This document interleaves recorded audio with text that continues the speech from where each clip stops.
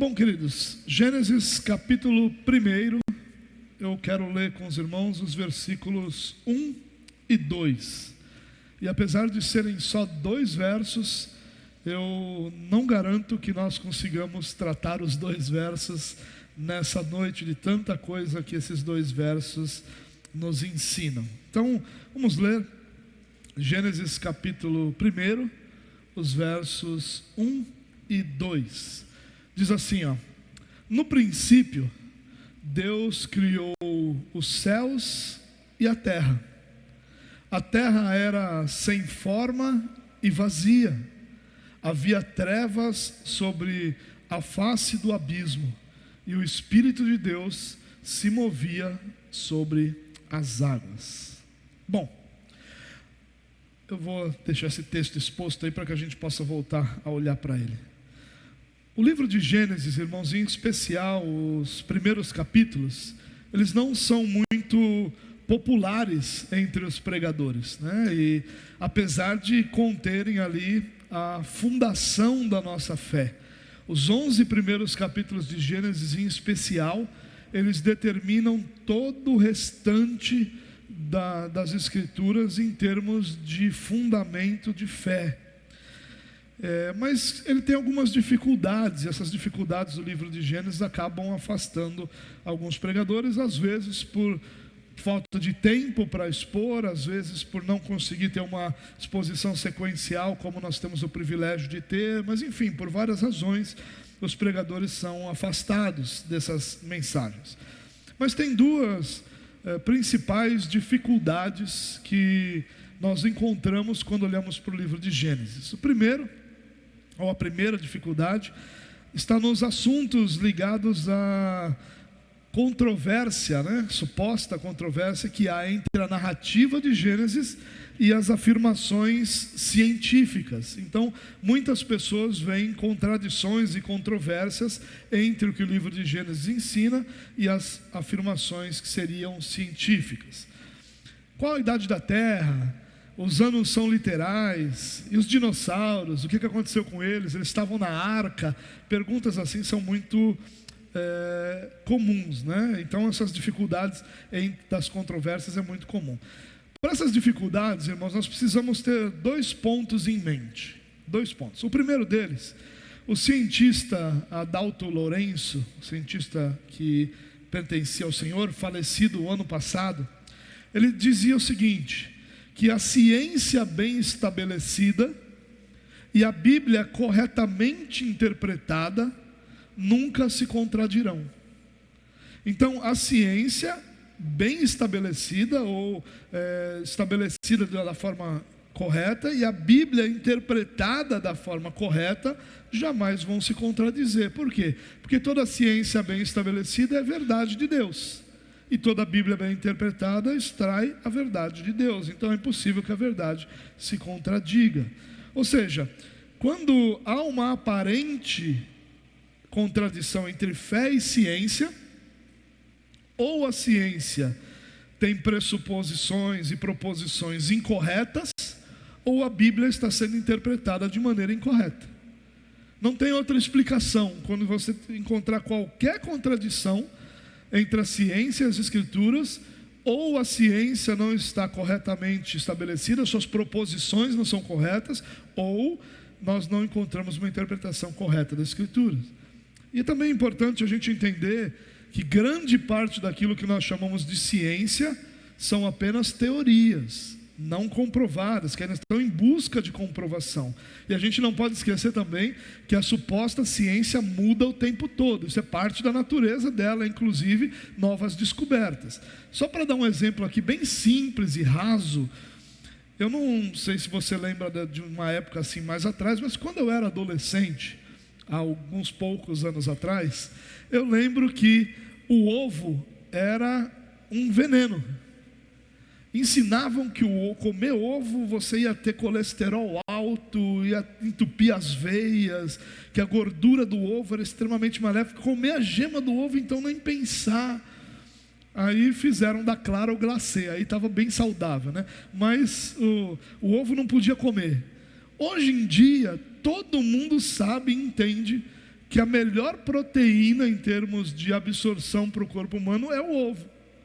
Então, aquilo que alguns anos atrás foi ciência, eu lembro de matérias no Fantástico falando sobre como o ovo era maléfico. Talvez por isso que era mais barato, né?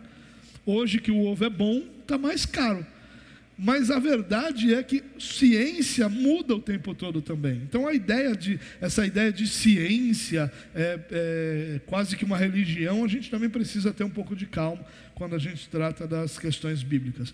Com um pouco de tempo, normalmente a gente tem visto que pressupostos da ciência caem e aquilo que a Escritura ensina se mostra verdadeiro. Mas esse não é o principal ponto, porque nós não vamos nessa série tratar de controvérsias entre ciência e fé. Nós não vamos tratar disso, porque esse não é o nosso foco. E por que não é o nosso foco? Porque nós precisamos ler Gênesis a partir do seu contexto. Ou seja, nós precisamos ouvir esse texto conforme a intenção do autor para Israel. Quando Moisés escreve Gênesis, ele escreve para o povo de Deus. Então a gente precisa entender onde estava esse povo de Deus. Debaixo de que contexto? Os primeiros ouvintes, quando ouviram esse texto, que não era escrito necessariamente, né, era principalmente oral naquela época, o que eles ouviram? O que eles entenderam? É evidente que Israel não estava preocupado com a idade da terra, não estava preocupado com os detalhes de como Deus criou o mundo. Essas questões são modernas, né? E que podem ou não ser respondidas pelo texto, mas que o texto não tem nenhum compromisso de responder essas nossas questões, porque o texto originalmente tinha outra intenção. Então, ao invés de impor ao texto os nossos questionamentos modernos, nós temos que ouvir o relato da criação da mesma maneira que Israel antigo teria ouvido originalmente. Por isso, o que eu quero fazer hoje, basicamente, é a gente entender um pouco do contexto do livro de Gênesis, para que a gente possa, a partir daí, lê-lo e ouvi-lo segundo o propósito do autor. Isso é muito importante para nós. Bom, qual é o contexto de Gênesis? O contexto de Gênesis é o deserto. Quando Gênesis é escrito, o povo estava cruzando o deserto, tinha saído do Egito e estava indo em direção a Canaã, em direção à terra prometida. Eles haviam acabado de deixar uma nação idólatra, que não servia ao Deus verdadeiro e que nem tampouco reconhecia como Deus único e soberano. Ao contrário, existiam muitos deuses. O próprio faraó era uma espécie de divindade dentro da religião dos egípcios. Por isso, Elohim, né, o nosso Deus e Pai, nos dá o relato desde a criação, para que o seu povo conhecesse a Deus, conhecesse a criação e pudesse confiar em Deus. Então, o relato da criação, ele é apresentado para o povo de Deus no deserto, saindo de um lugar idólatra e caminhando em um lugar onde eles viveriam debaixo do governo de Deus. Gênesis, portanto, é a história de Deus com o seu mundo e as suas criaturas. Se nós fôssemos procurar tentar apontar um tema para essa narrativa inicial aqui da criação, né, que engloba toda a criação, nós poderíamos dizer algo assim: pelo poder da sua palavra, o Rei do universo criou a terra e o seu reino. Esse é um resumo bom daquilo que Deus está apresentando aqui para o povo. Lembre-se, irmãos, que o povo de Deus morou no Egito por muitas gerações. Os pagãos, os egípcios, tinham uma cosmovisão. Todo povo tem uma cosmovisão, uma maneira como enxerga o mundo, como enxerga o todo. Todo povo tem isso.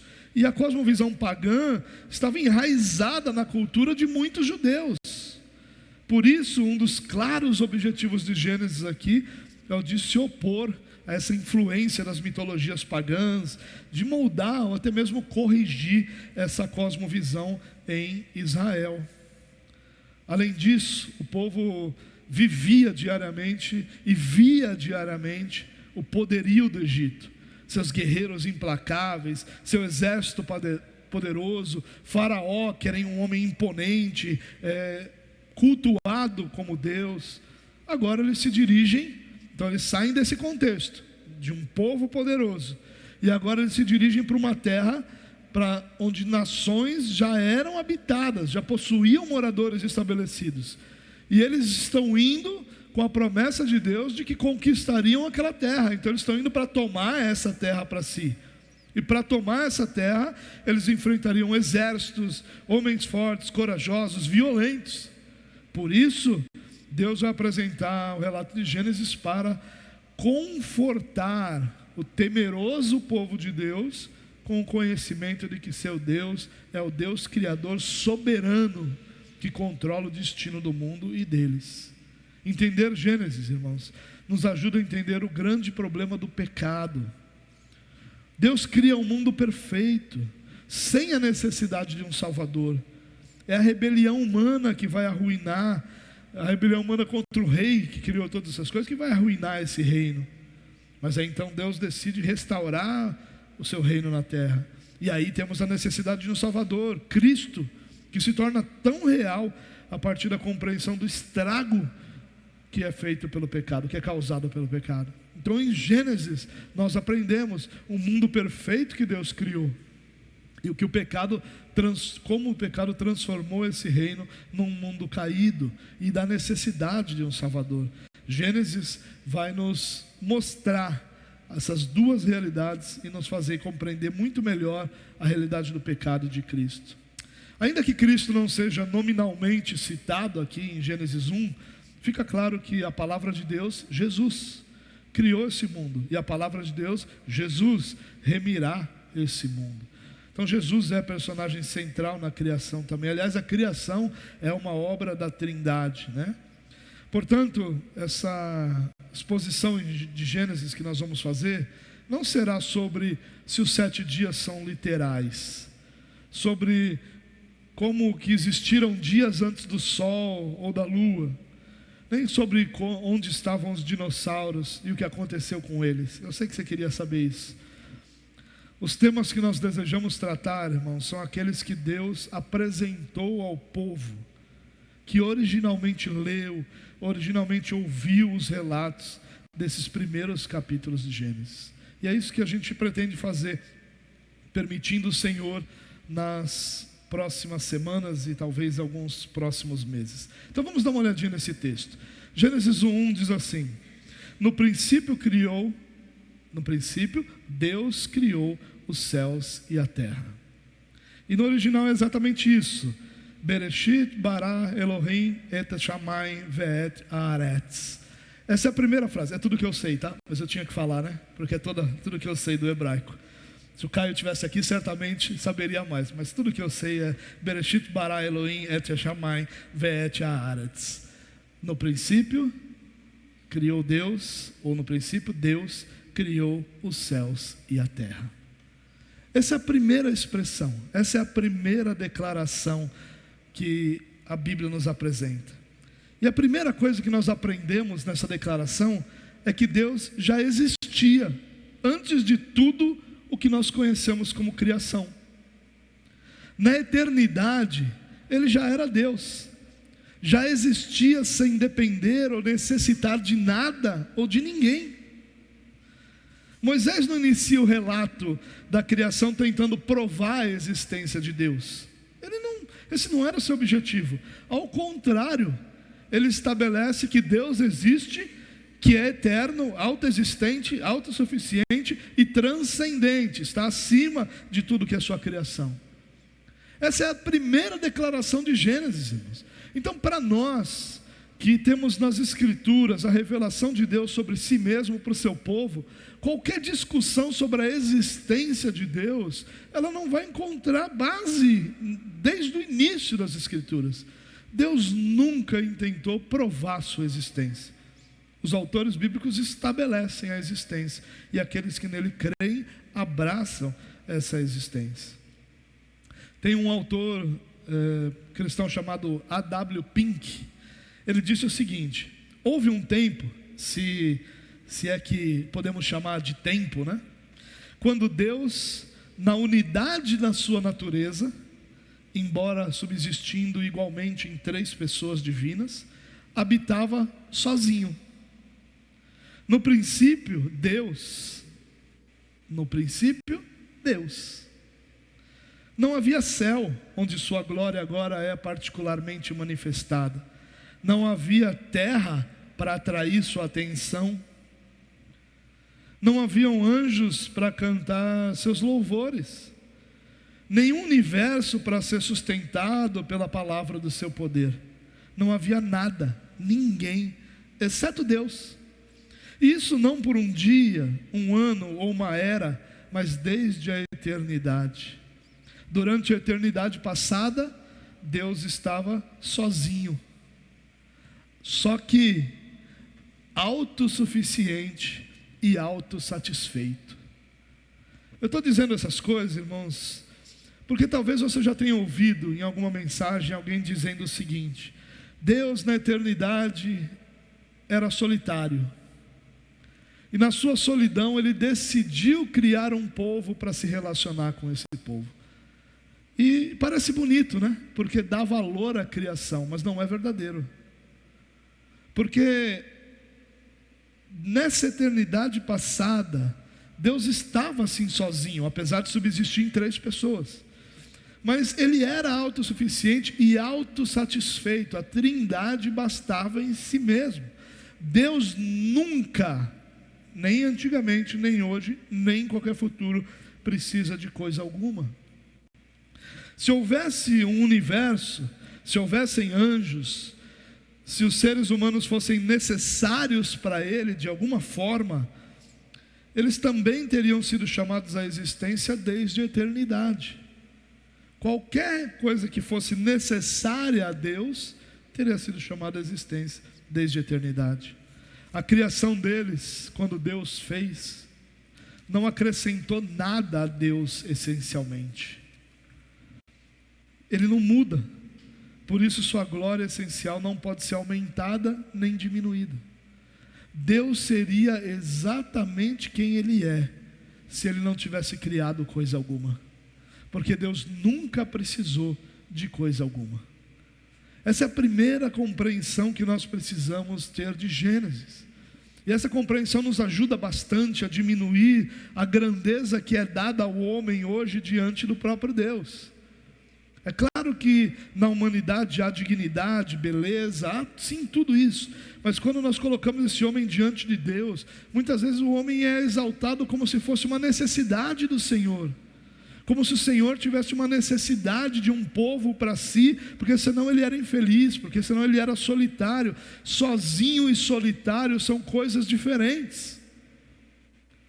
Ser solitário é você sentir o peso de ser sozinho.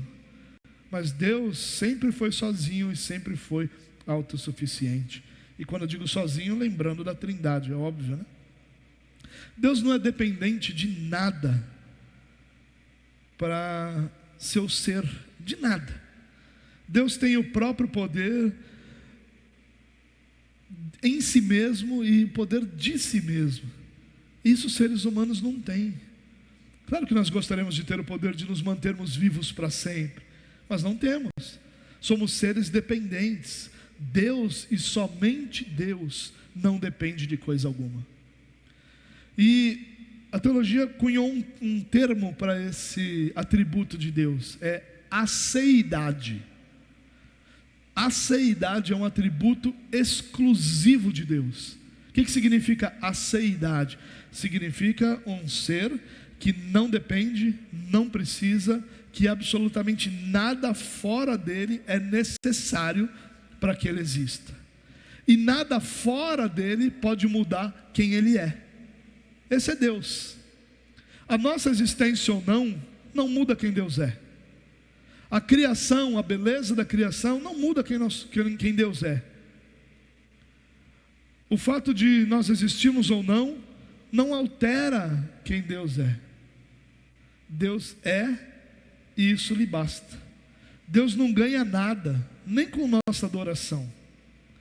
Ele não precisa da glória que nós oferecemos a Ele, da glória que os remidos oferecem a Ele, pois Ele é suficientemente glorioso em si mesmo, sem nenhuma da nossa adoração. Isso não é uma necessidade de Deus, irmãos. Lembre-se de Isaías 40, O verso 22 diz assim: ele se assenta no seu trono, acima da cúpula da terra, cujos habitantes são pequenos como gafanhotos. Ele estende os céus como um forro e os arma como uma tenda para neles habitar. Nosso Deus não precisa de nada. Como eu disse no início da mensagem, o povo de Deus viajava pelo deserto, saindo de um lugar idólatra, indo a uma terra prometida, mas já habitada e cheia de gigantes e homens fortes, como ensina o capítulo 13 de Números. Por isso, o relato da criação ensina ao povo quem era seu Deus, o único criador de todas as coisas. Por isso, esse relato da criação ensina que ele é solitário em sua majestade, único em sua excelência, incomparável em suas perfeições. Ele sustenta tudo, mas é independente de tudo. Ele dá a todos, mas não é enriquecido por ninguém. Esse é o nosso Deus. O que Moisés está intentando com o povo é: entendam quem é o Deus de vocês, porque a hora que vocês entenderem quem o Deus de vocês é, vocês não vão precisar olhar para trás e sentir saudade da vida que vocês tinham na prisão do Egito, na escravidão do Egito, nem vão olhar para frente e vão temer as lutas e batalhas que virão diante de vocês, porque vocês vão confiar no Deus que é todo poderoso. Irmãos, Deus não pode ser afetado por ninguém, perceba isso. Nada, ninguém, absolutamente nada pode alterar quem Deus é, o que Deus pensa, o que Deus estabeleceu, o que Deus deseja fazer, nada pode. Isso é soberania, isso é o governo que o Senhor tem, essa é a sua grandeza, sua majestade. Deus é assim. Tanto que há uma oração muito conhecida entre os judeus, talvez vocês já tenham visto, que em algumas não, em todas as portas de casas dos judeus, você tem normalmente ali um objeto onde contém uma oração lá dentro. Essa oração é Deuteronômio capítulo 6. Ouça, ó Israel, o Senhor, o nosso Deus, é o único Senhor. Shema Israel, Adonai Eloheinu, Adonai Echad. Olha, hoje eu estou que estou. Shema Israel, Adonai Eloheinu, Adonai Echad. Ouça, ó Israel, o Senhor, o nosso Deus, é o único Senhor. O que nós precisamos aprender de Gênesis é isso: quem é o nosso Deus, para que nós não temamos o nosso futuro, nem tenhamos saudade do nosso passado, mas que nós possamos confiar no Senhor e viver certos de que Ele é que governa sobre todas as coisas, que absolutamente ninguém pode afetá-lo, que Ele não é afetado por sua criação, que Ele não é dependente da sua criação, que a sua criação não lhe acrescenta nem lhe retira, ainda que Ele ofereça a criação, Ele nada recebe dela, porque Ele nada precisa dela. Esse texto que nós lemos, esses 2 versos, vão iniciar o relato da criação, que vai seguir aí por mais alguns versos, muitos versos. E Moisés vai aqui apresentar resumidamente como tudo foi criado. E o Adalto Lourenço, que eu já citei, ele diz que essa primeira frase da Bíblia define a origem dos 3 elementos básicos principais com os quais a ciência trabalha. Define tempo, espaço e matéria. Olha que interessante. No princípio, tempo. Deus criou os céus, espaço, e a terra, matéria. E a ciência vai trabalhar sempre com tempo, espaço e matéria.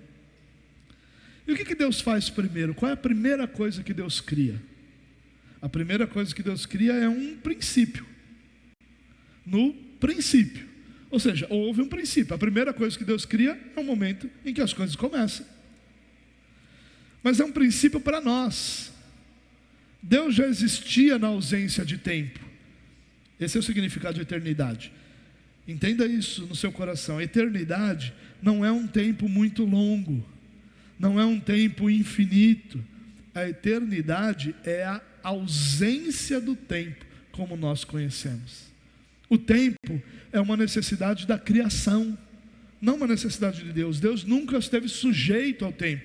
Lembre-se que se Deus dependesse do tempo, Ele não seria autossuficiente. Ele não depende de nada, nem da criação, nem do tempo.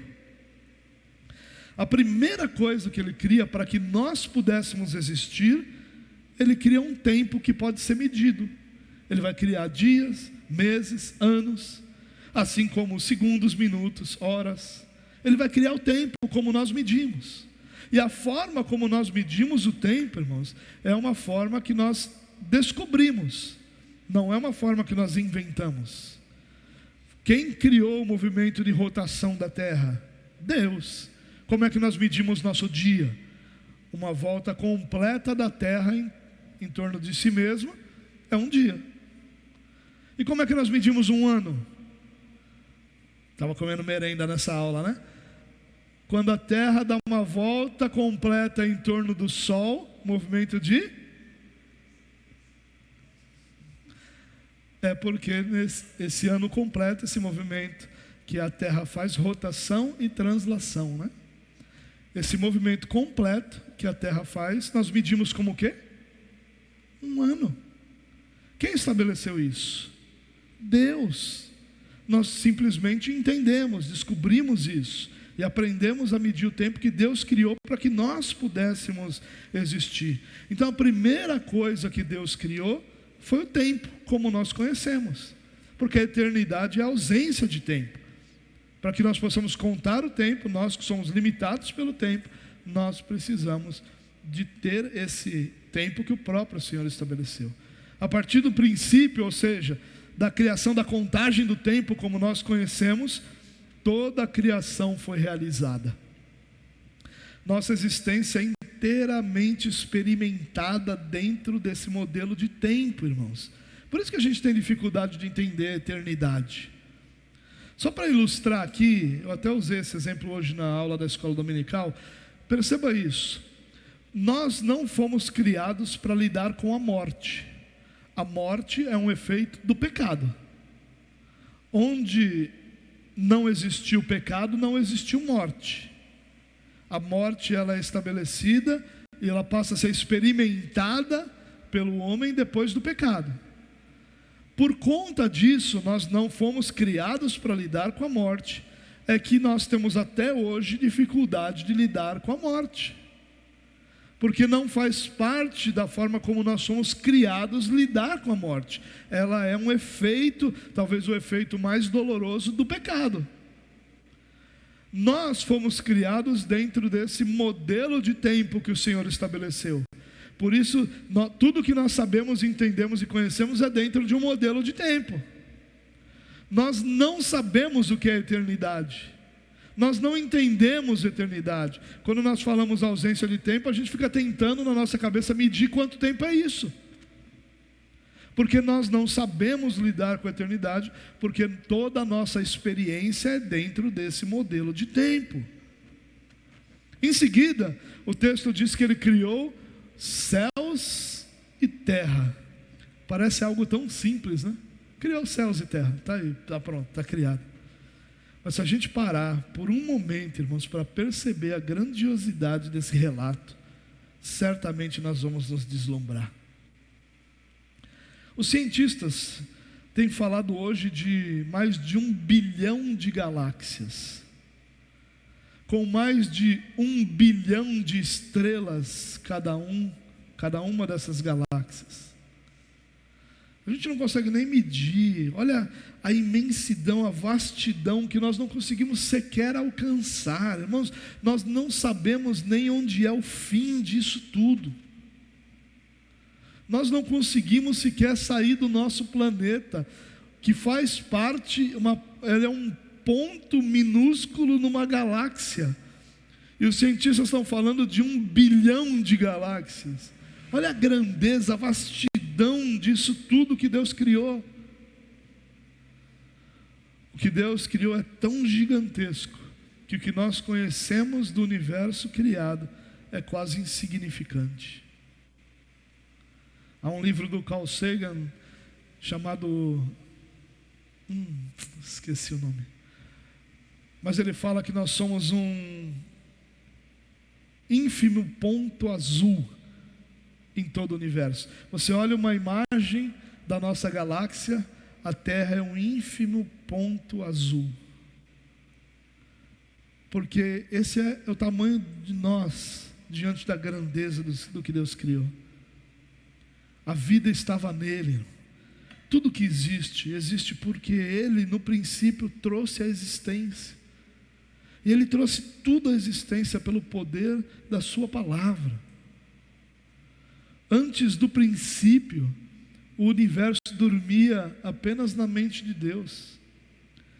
A matéria não é eterna, como os gregos pensavam. Ela foi criada, ela veio a existir no princípio. Antes do princípio, o universo não existia. Na eternidade só existia Deus. E antes do princípio, Ele planejou todas as coisas, inclusive nossa redenção, assim como Ele planejou nossa criação. Deus é a origem e o fim de todas as coisas. Por isso que a Bíblia diz que Ele é o alfa e o ômega, o princípio e o fim. Mais uma vez, irmãos, eu repito que Moisés está apresentando tudo isso aos israelitas no deserto. O povo que seria chamado pelo seu nome precisava conhecê-lo. Por isso que no capítulo 1, o Deus Criador é chamado 32 vezes de Elohim, ou Elohim, uma palavra que enfatiza sua majestade, seu poder. Esse nome de Deus vai representar a sua relação transcendente com a criação, como Ele está acima de tudo isso. Deus, diferentemente dos seres humanos, é sem princípio, não gerado, sem oposição, sem limitação. E quem é esse nosso Deus apresentado aqui em Gênesis? Em primeiro lugar, Ele é eterno. Tudo que existe teve um começo. Os céus e a terra foram criados. Você foi criado. Antes do princípio nada existia, exceto Deus, que pré-existe ao tempo e à criação. Deus é eterno.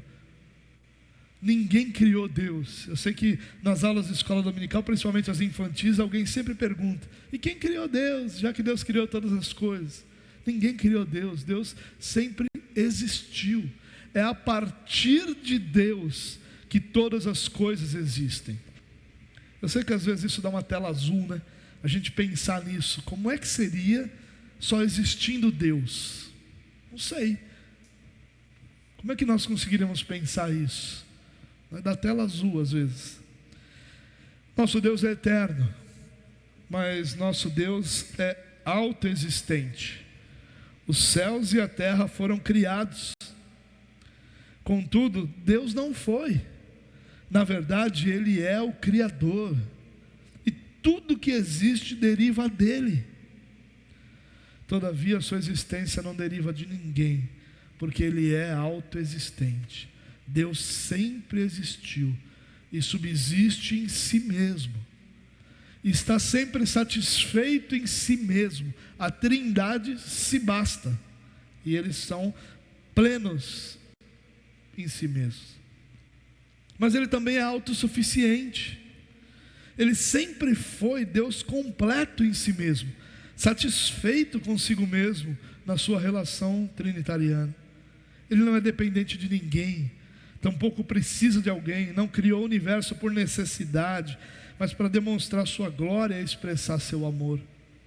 Eu me lembrei de uma mensagem que eu vi uma vez, em que um pregador, tentando animar e valorizar os seus ouvintes, disse que Deus na eternidade se sentiu triste, e por causa dessa tristeza Deus decidiu criar um povo para com quem Ele se relacionasse. Aí na hora eu pensei, a pergunta que eu faço para você: se você fosse criar alguém para se relacionar, você criaria você mesmo? Você acha que é benefício para alguém criar alguém como você para se relacionar? Sendo honesto. Fora o trabalho que a gente dá para Deus, o que Deus ganha? Você vê como não tem lógica? Deus decidiu criar a humanidade, porque a humanidade só dá trabalho para Deus. Uma parte o ignora, a parte que o ama, por mais que queira, não consegue obedecê-lo plenamente.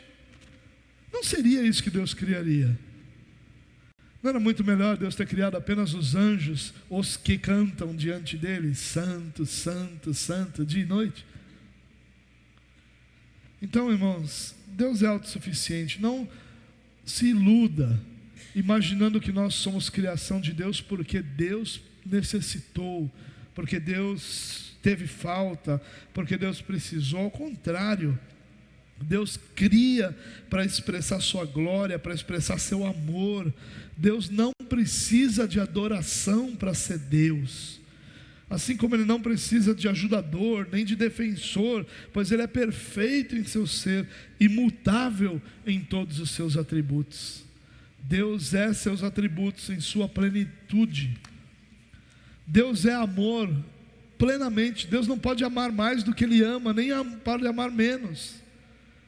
E o fato de quem nós somos não muda o fato de que Deus é amor.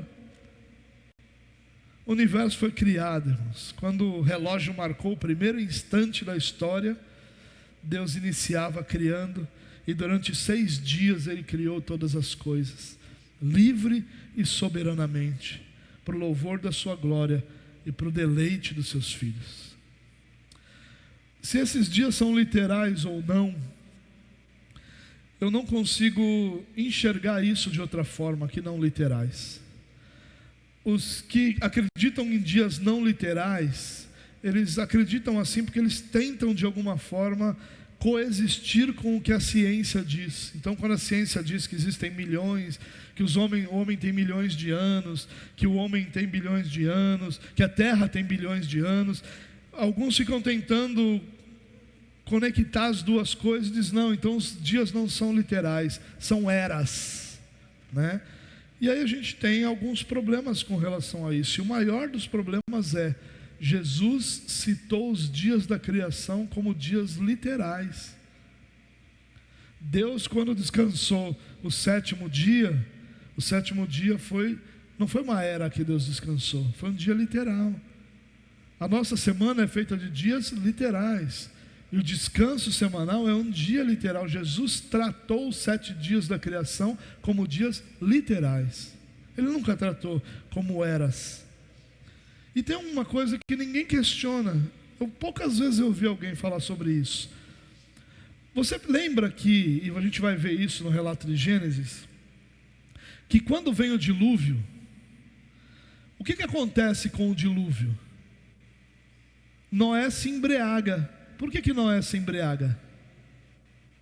Porque alguma coisa mudou na atmosfera que fez com que a uva que não fermentava passasse a fermentar.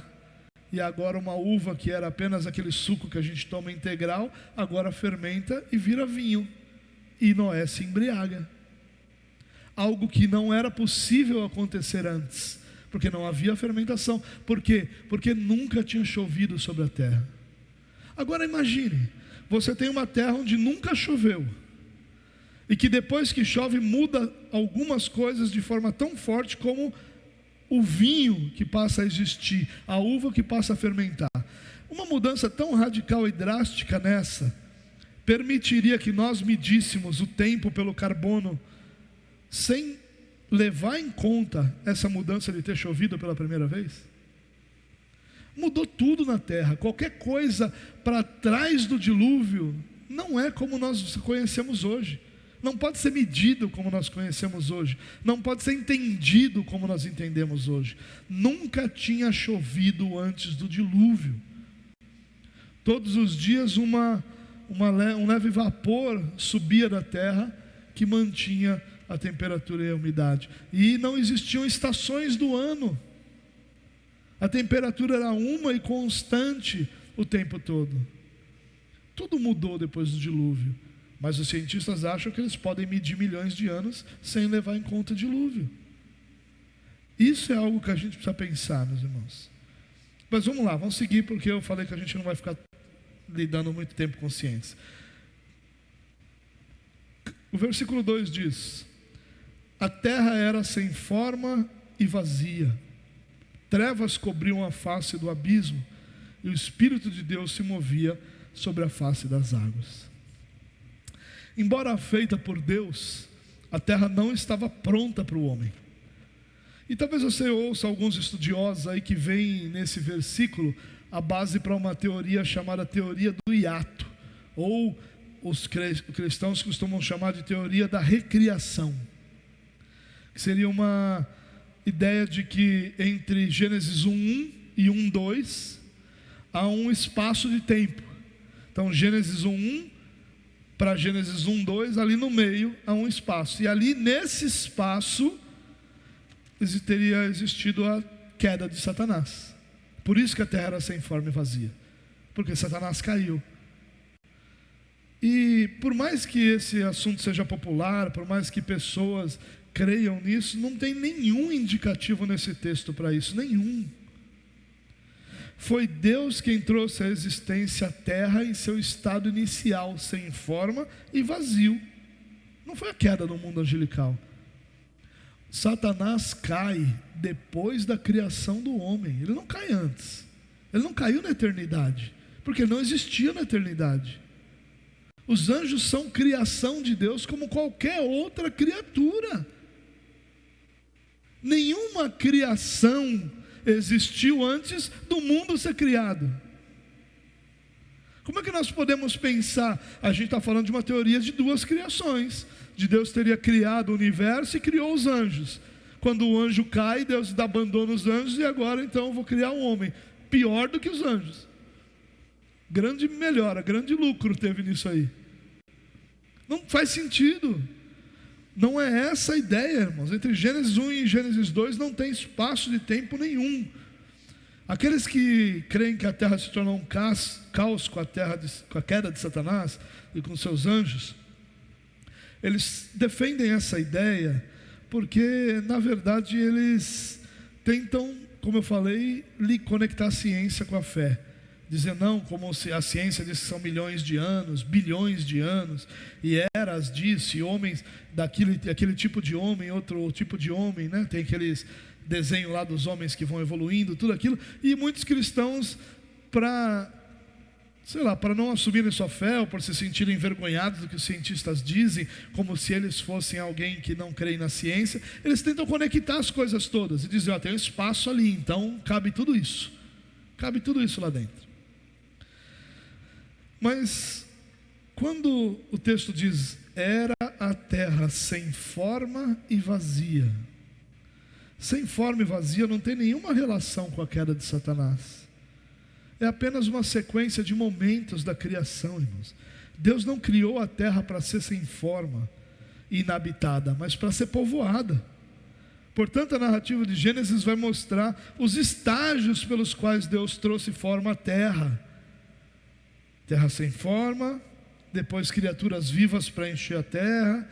Deus vai realizando sua criação. Quando inicialmente criada, a terra não tinha habitantes. Os habitantes vão ser criados depois, ou seja, a terra estava vazia. E diz que as trevas cobriam a face do abismo. O que isso significa? Tem um teólogo chamado Henry Morris. Ele diz que o universo físico, embora criado, não era formado nem energizado. E luz é uma forma de energia. A luz é criada depois. A ausência de luz física significa trevas, assim como a ausência de forma e habitantes significa um universo em forma elementar, rudimentar, ainda não completo. Não há, portanto, nenhuma implicação do mal aqui. Ela não era em trevas porque tinha o mal. Não tem nenhum mal presente ali. Havia incompletude. As trevas, elas sem forma e vazia, as trevas cobriam a face do abismo, ou seja, as trevas cobriam o sem forma, porque não havia luz ainda. Mais uma vez, Adalto Lourenço vai dizer que a razão da existência das trevas é bastante simples. Deus ainda não havia criado a luz. Por isso que haviam trevas. Não temos que ligar essas trevas a pecado, a Satanás, a nada disso. Deus não havia criado a luz. Como Deus não havia criado a luz, eram as trevas que cobriam o abismo, ou seja, aquilo que era sem forma, a terra sem forma. E o Espírito de Deus se movia sobre a face das águas. A palavra hebraica, que é traduzida aqui por pairava, né? O verbo pairar, traz a ideia de energizar. É a mesma palavra para a ave que choca os seus ovos, energizando os seus ovos, e chocá-los. Essa palavra vai aparecer em Deuteronômio 32:11, falando que a águia voa sobre sua ninhada com um voo protetor. E o Espírito de Deus é esse energizador. Por favor, não entendam errado. Os teólogos não estão dizendo aqui que o Espírito de Deus é uma energia ativa, não é isso. O Espírito de Deus é Deus, mas na criação ele tem essa função de produzir essa energia utilizada e vista na criação. A gente tem muito mais para falar sobre o verso 2, mas nós vamos deixar para um outro momento. Eu queria terminar esse nosso texto lembrando você, irmãos, o foco de tudo isso aqui. Quando no princípio Deus criou os céus e a terra, é ensinado para o povo, ele tem um objetivo, o objetivo de fortalecer a fé do seu povo, de que o povo entendesse que houve um momento em que não existia nada, para que houvesse a necessidade de um princípio. Há um momento anterior ao princípio, onde nada existia, exceto Deus. E essa é exatamente a ideia de falar do princípio, é podermos olhar para antes do princípio e lembrarmos que Deus estava lá e que Deus existia lá. E que o Deus que existe antes de todas as coisas que foram criadas, é o mesmo Deus que criou todas as coisas. E o mesmo Deus que sustenta todas as coisas. E é o mesmo Deus que cuida do seu povo com o mesmo amor com o qual Ele criou todas as coisas. O nosso Deus é um Deus que não depende de ninguém, que não precisa de nada, que não dependeu de nada da criação, nem é beneficiado em coisa alguma na criação, mas que estabeleceu pelo seu poder, para a sua glória, manifestando o seu poder. Que a lembrança desse relato de Gênesis, irmão, possa te lembrar que não há absolutamente nada que Deus não possa fazer, que Deus não tenha poder para realizar. Como vocês sabem que o deserto é uma figura da nossa vida cristã, ela é identificada como o deserto foi identificado. E da mesma forma como no deserto o povo olhava para trás e sentia falta daquilo que eles tinham antes da libertação, e olhavam para frente e temiam, nós fazemos muitas vezes isso. Nós olhamos para trás na nossa vida e questionamos se vale a pena o que precisa ser deixado para trás para caminhar com Cristo. E muitas vezes olhamos para frente e tememos o que está por vir, os inimigos que estão diante de nós.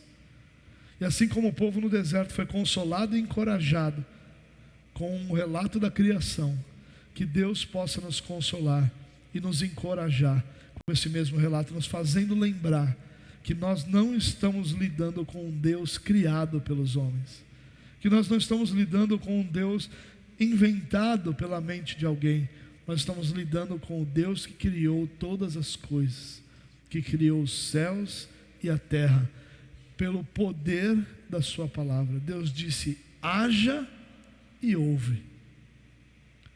Ele não precisou de ninguém, de poder algum externo, de realidade alguma externa, de condição alguma.